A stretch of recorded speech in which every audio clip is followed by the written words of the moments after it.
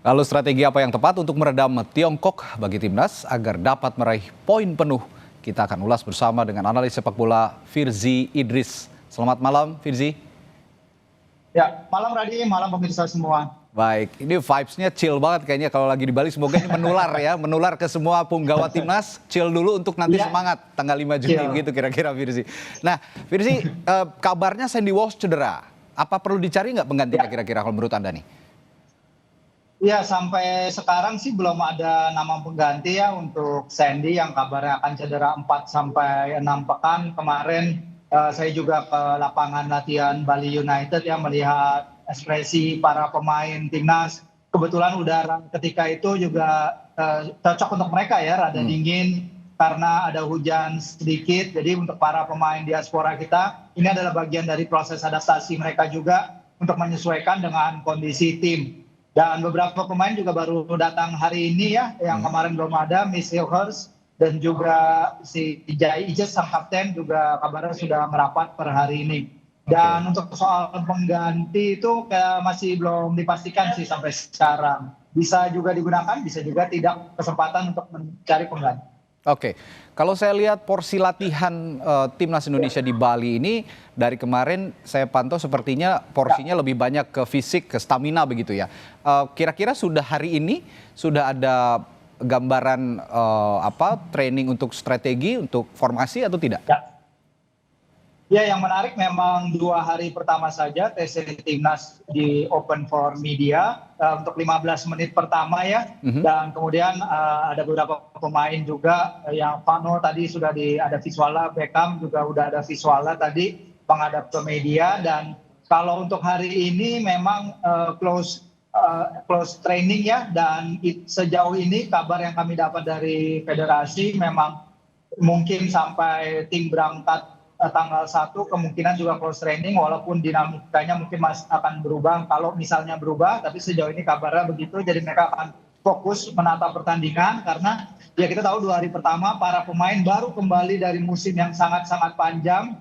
Mereka terbang setengah jarak jauh ya dari muka bumi, dari Eropa sampai ke Bali, dan ini kesempatan luar biasa bagi mereka untuk beradaptasi dulu, istirahat dulu, dibandingkan dengan ketika di Sydney di mana mereka baru datang mungkin H-1, H-2 dan harus langsung bertanding dan persiapan tidak ideal.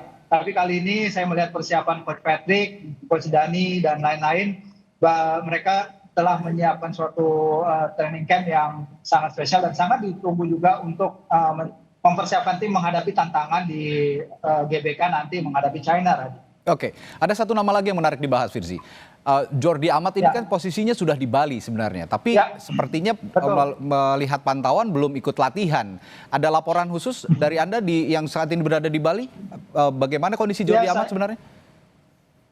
saya juga sudah beberapa kali mencoba menghubungi teman-teman di federasi ya, bahkan mencoba menghubungi Pak Sumarji, juga mungkin Kompas TV bisa juga menghubungi Pak Sumarji langsung karena dari kemarin memang saya sudah mencoba mencari informasi tapi belum ada jawaban balik soal kondisi Jordi ya. Dan ini juga yang menjadi pertanyaan dari para netizen juga, teman-teman supporter sepak bola juga mencari tahu informasi, mend-DM saya bertanya. Tapi ya sejauh ini memang belum ada informasi resmi dari federasi. Mungkin dalam beberapa hari ke depan akan ada informasi lebih, tapi Oke. ya kita with all due respect to Jordi, kita juga tahu mungkin tempatnya di tim utama juga mungkin masih ada yang melapisi ya. Jadi sebagai backup mungkin Jordi, tapi Ya. kalau sebagai pelapis utama mungkin bukan diri. Tapi tetap menjadi part of the plan dari Patrick Kluivert sebenarnya ya, Betul Jordi Amat ini. sekali. Ya, Oke, kita coba masuk ke strategi.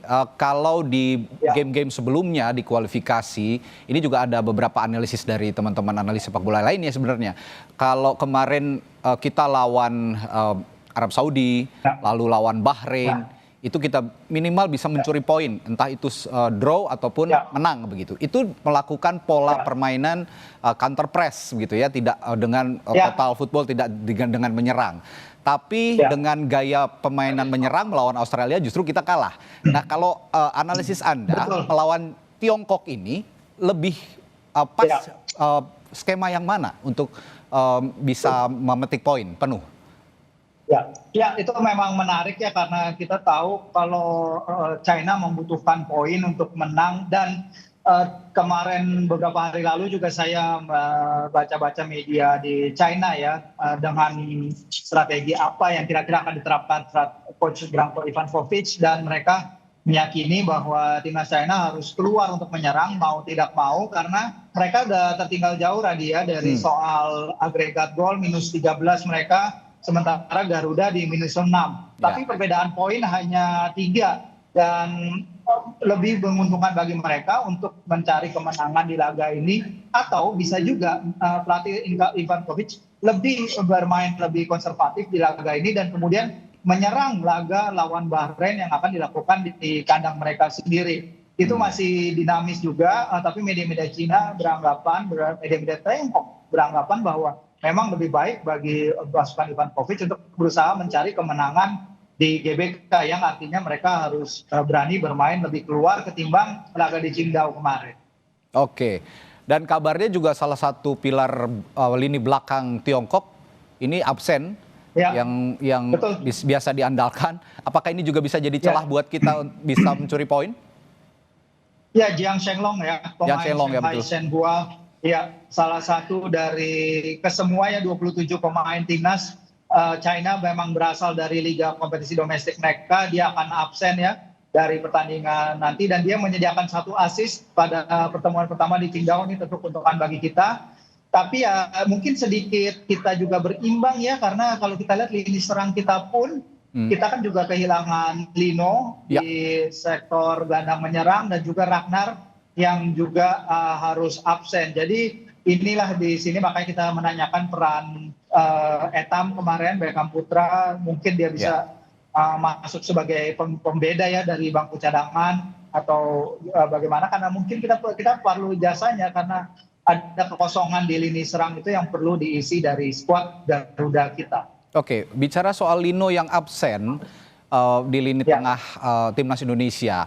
Tadi Anda menyebut ada Beckham Putra dan juga tidak lupa kita bisa memasukkan nama Lili Pali di situ. Sebenarnya punya peran sentral juga untuk menggantikan. Nah, kira-kira Anda sepemantauan Anda timnas berlatihan melakukan training camp di Bali untuk chemistry dengan lini depan, terutama ada dobrak kita di depan, ada Ole Romeni.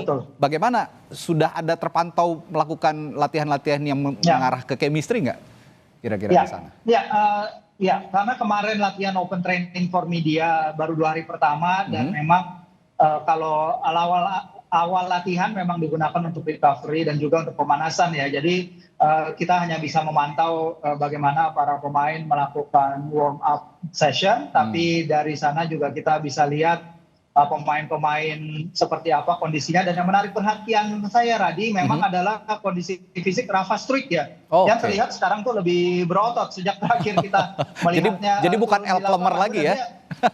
Ya, buff banget.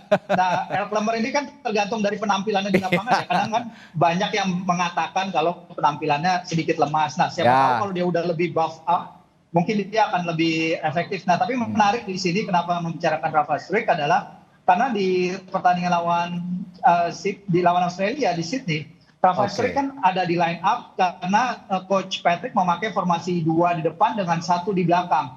Kalau dia memakai formasi itu lagi dengan Rafa Struijk dan Ole Romeni memimpin di depan, sementara kita hanya perlu 1 pengganti di belakang striker, yaitu it can be Eliano kalau dia bergabung, it can be Egy kalau ada, dan atau Beckham. Tapi kayaknya Egy dengan penampilan dia yang sangat luar biasa di Liga 1 musim ini dan menggantikan peran Lino, mungkin dia bisa menjadi sosok pengganti yang ada di situ, Ran. Iya, Egy, Beckham punya catatan luar biasa di Liga 1 musim ini ya. Jadi ini diharapkan bisa menjadi pembeda nanti untuk timnas. Dan tadi kalau Anda mengatakan timnas lebih banyak close training, sepertinya Coach Patrick juga nggak mau bocor taktiknya kayaknya ya.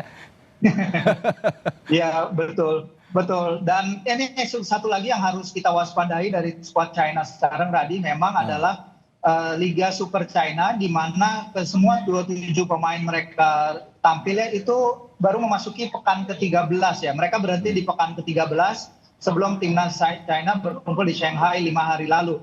Dan ini berbeda kondisinya dengan skuad Garuda yang telah melewatkan musim yang sangat berat bersama klub mereka masing-masing ya, terutama beberapa yang mempunyai laga-laga tambahan. Max Helgers bermain di playoff Belanda, Kevin Dijks belum bergabung karena dia lagi menjalani Piala Denmark, kemudian Martin Paes juga MLS sedang berjalan, dan banyak kayak Jayges, Eliano dan lain-lain, musim mereka telah melewati musim yang panjang. Jadi tentu faktor kelelahan ada di sini, tapi untungnya TC Timnas Bali ini juga udah berlangsung lama, akan berlangsung lama, sehingga mereka mungkin punya waktu istirahat lebih banyak dari sebelumnya. Oke, yang menarik untuk kita perbincangkan juga absennya Martin Paes. Ini memberikan kesempatan kepada 3 kiper timnas kita juga untuk bersaing. Ada Emil Audero Mulyadi, Nadeo Argawinata, dan satu lagi Hernando Ari ya. Nah ini Anda pantau di sana ada khusus latihan para penjaga gawang nggak sejauh ini di Bali? Ya, kalau penjaga gawang mengikuti pola yang pelatih Sjoerd Woerdenberg telah lakukan ya dalam beberapa training terakhir yang open for media, memang semua kiper melakukan tugas yang sama ya. Jadi ada yang memberikan, mungkin kiper pelapis lebih banyak memberikan umpan-umpan silang untuk latihan klaim umpan lambung. Tapi kalau dalam situation one on one biasanya semua kiper dilibatkan ke dalam situation yang sama. Tentu untuk mengasah para pemain juga. Dan menarik memang kita akan melihat ya bagaimana peran terutama komunikasi sekali Radia, karena komunikasi itu salah satu sektor yang memang harus ditingkatkan di lini belakang. Kalau misalnya tadi Bung Harpa bilang ya, pertandingan di China, pertandingan di Sydney, di sana terlihat communication di lini belakang kita bisa jauh lebih baik lagi, dan ini harus ditekankan. Dan kayaknya Martin juga karena dia menjalani skorsing ya, kemungkinan dia baru datang bergabung di Jakarta, dan disinilah Emil bisa mempersiapkan diri dengan baik, tentu dipersiapkan secara taktik juga dalam menghadapi pertandingan ekstra penting melawan China nanti.